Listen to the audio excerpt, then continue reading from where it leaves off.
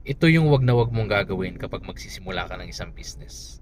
First, wag mong skip yung market research. So hindi porket may naisip kang magandang negosyo, may naisip kang magandang product, or may nakita kang magandang location, okay na yon. So before you jump into a business venture, dapat meron kang data. Alamin mo yung market, mga customers, competitors. Ang sa ganun yung decision mo is back up by data.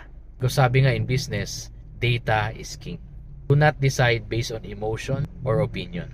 Number 2, wag na wag mong sasagad yung funds dyan sa bagong business mo. Trial and error ka pa dyan. So wag mo munang taasan yung expectation na magsasucceed agad yan. Majority ng mga businesses kapag nagsisimula, talaga nagpi-fail. Bihirang-bihira yung unang negosyo pa lang nagsasucceed agad. Wag mo munang buhusan ng funds. The only time na magbubuhos ka ng funds dyan sa bagong business mo is kapag nag-expand ka na or kapag nag-scale ka na.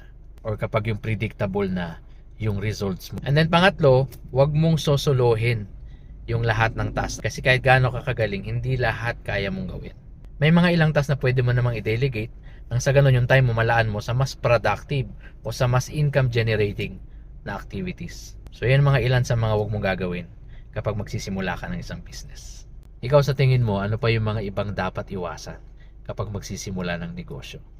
Comment mo naman sa baba.